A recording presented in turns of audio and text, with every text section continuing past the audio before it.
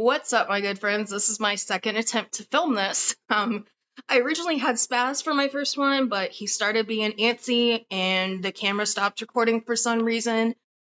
So I'm back by myself, and this is a video I've been wanting to do for a while. This is the guide to historical fiction subgenres, and you will be seeing me reach up to my computer every now and then because I am using a Google Doc. This would be a lot to memorize, and I'm a teacher. Children eat my memory. So let's go. Okay, so the first subgenre I'm going to talk about is fictional biography. This is a novelization of someone's life story. So there are always many subplots and lots of actions, but really it functions as a portrait of a real life person, but it's written to read like a novel. So by far the most noteworthy of fictional biographies is Wolf Hall, the Charles Cromwell trilogy by Hilary Mantel.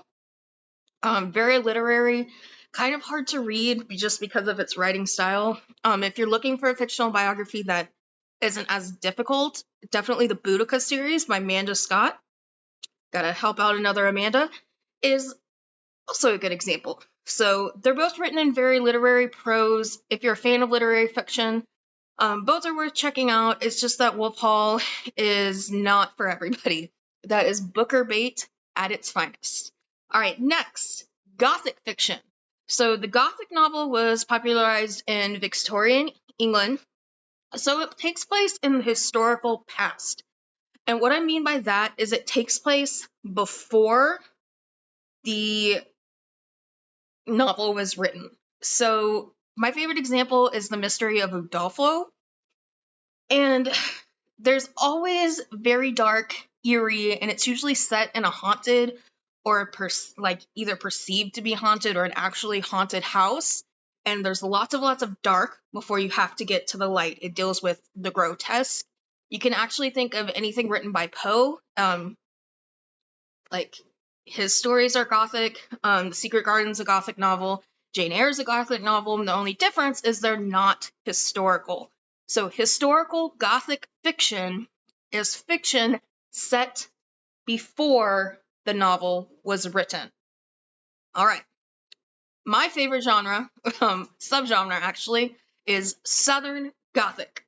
So everything I just said about Gothic fiction, but it's set in the American South. My favorite is As I Lay Dying by William Faulkner, but by far the most famous version is The Sound and the Fury, also by Faulkner. Faulkner is kind of the king of Southern Gothic.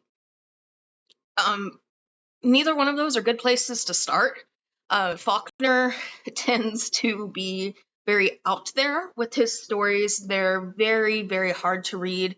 They're on a very high reading level, and actually The Sound and the Fury is considered the second hardest novel to read after Finnegan's Wake. So if you're looking for a good starting place, check out a short story called A Rose for Emily by Faulkner. It's an easy read, and it's a perfect example of the genre. All right, this next one's self-explanatory. Historical mystery. It's a classic whodunit set in the past. So the most prolific example is the Amelia Peabody series about an unconventional female Egyptologist who solves crime while looking smoking hot. I don't really like mystery novels because just being an English teacher and being a writer myself and understanding story structure so well, I have a tendency to figure them out. But you give me an algebra problem, I'm going to be working that for 5 years. So, moving on. All right, the next is Family Saga. Again, it's kind of self-explanatory. So it's a novel or series of novels set around a historical event that follows chronological generations of a family or a group of interconnected families. My favorite is the Century Trilogy by Ken Follett, but the most popular is the Thornbirds, I think, and that's a single novel. It's not a trilogy or a series of novels. Next up is nautical and pirate fiction. A lot of these genres, once you learn their names, really explain themselves. So this genre revolves around the Navy, and you guessed it, pirates, but real pirates, so not like Pirates of the Caribbean. That's historical fantasy, which we'll talk about later. But my favorite examples of this nautical and pirate fiction are Horatio Hornblower and Master and Commander, and I haven't read Sharp by Bernard Cornwell, but I think Sharp is a Navy officer, so I think that would be one of those two.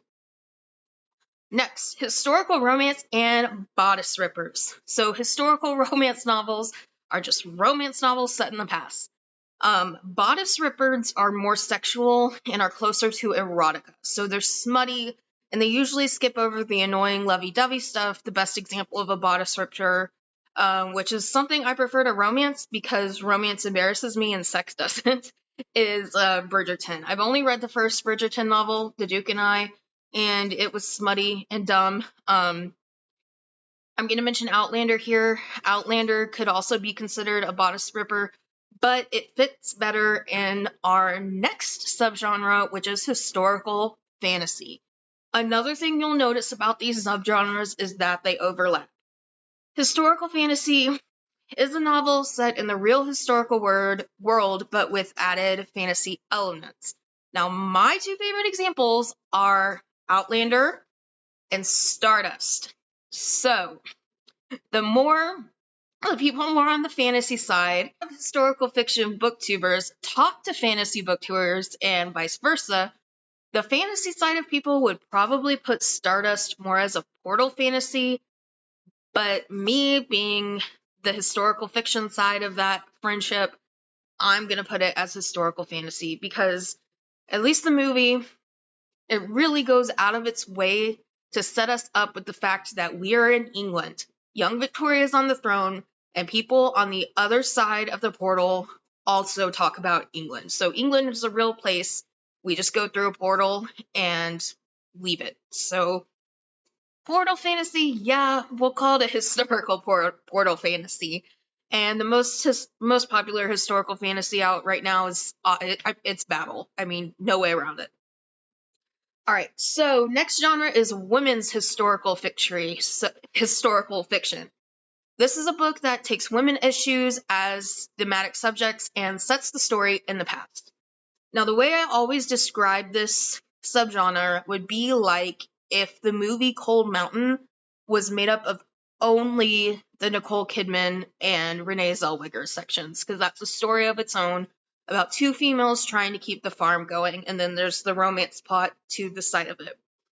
So the most popular women's historic authors are Kristen Hanna, who I think is just the epitome of white mediocrity, and Susan Meisner, who I think is just much more talented. So my favorite book in this subgenre is The Nature of Fragile Things by Susan Meisner. All right, queer histofic. Everything I just said about women's histofic, except replace women's issues with LGBTQ plus issues.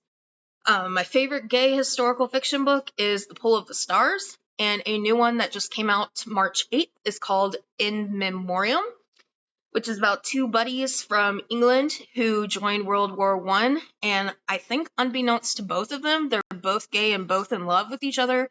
They just don't know it. That one is very high up on my TBR, and I'm going to read it before the summer. All right, moving on. Historical horror. It's a horror story set in the past. There are two amazing novellas out right now that came out in the last year that I'm going to recommend. A great psychological horror story is What Moves the Dead by T. Kingfisher, which is a retelling of my favorite Poe story called The Fall of the House of Usher. Love that story. It's also a great movie with Vincent Price. And then a good body horror story is Helpmeet, about a wife taking care of her unfaithful husband who was cursed by a prostitute. Medieval histofic. This is any historical fiction set between 500 and 1500 CE. There's a lot of debate, amicable debate, I should say, as to when the Middle Ages officially came to an end. Personally, I believe the Middle Ages ended in 1492 when Columbus sailed the ocean blue. That's just what I was taught in schools in America. Some people believe it ended when the last Plantagenet king, Richard III, died in battle at Bosworth Field in 1485. Personally, I place it at 1492 because that's when expansion and exploration began with something other than religious motivations, although religion was a big part of it. But to my American brain, this is where the Middle Ages ends. Most people just round up to 1500. There are a ton of popular medieval novels. It's one of my favorite subgenres. The Pillars of the Earth and its sequel, World Without End, plus the prequel, The Evening and the Morning, all take place during the Middle Ages, the 12th, 14th, and 10th centuries respectively. The Cousin War series by Philippa Gregory, which contains the White Queen and the Red Queen. That's also medieval, kind of late Middle Ages. One that I haven't read is Lapvona. I've heard that has horror elements. It just came out. And then at the moment, my favorite medieval novel is Joan, about Joan of Arc. Okay, some of you may argue this is not a real subgenre, but to me it is. So, World War II novel. These books are so common that they may as well be their own subgenre. I think there are so many because World War II is still in living memory for a decent amount of people, and we're still feeling the effects of the war today. Fun fact, America wasn't a global superpower until after the war when we beat the Japanese. I personally think there are far too many World War II novels out there, and a lot of writers have wasted their creativity on one of the most basic wars of all time. But the fact that it was such a clear-cut good versus evil, I think is what makes it so accessible. If you're starting historical fiction and you only want an adult novel, start with World War II. World War II is my least favorite subgenre, and one of my most hated books ever is a World War II novel. It's The Nightingale. There's a novel in the Century trilogy, which is a World War II novel. And my favorite World War II novel is Salt to the Sea by Ruta Sepetys. Speaking of Ruta Sepetys, let's go to YA Hisfic. Ruta Sepetys is one of the only YA authors who thrives in Hisfic. For some reason, historical fiction novels are usually a bust in the YA age group. Whether YA is a genre or an age group, personally, I think it started as an age group and evolved as the readers grew up into a genre.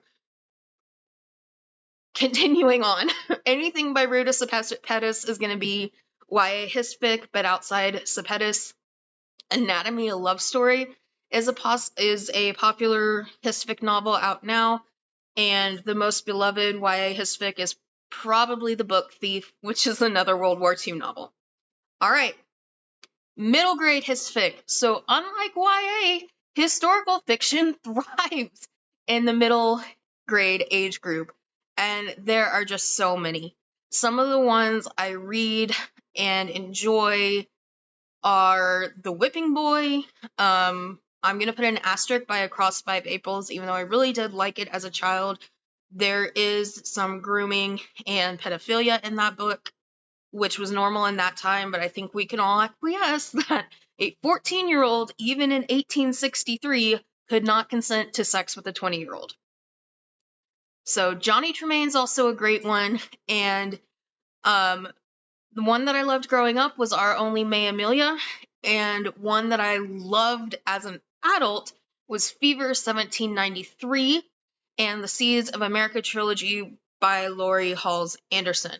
Now, Fever 1793 is one of those books that kind of straddles middle grade and YA because it's written on a pretty low reading level. I think a 6-year-old could probably read that book.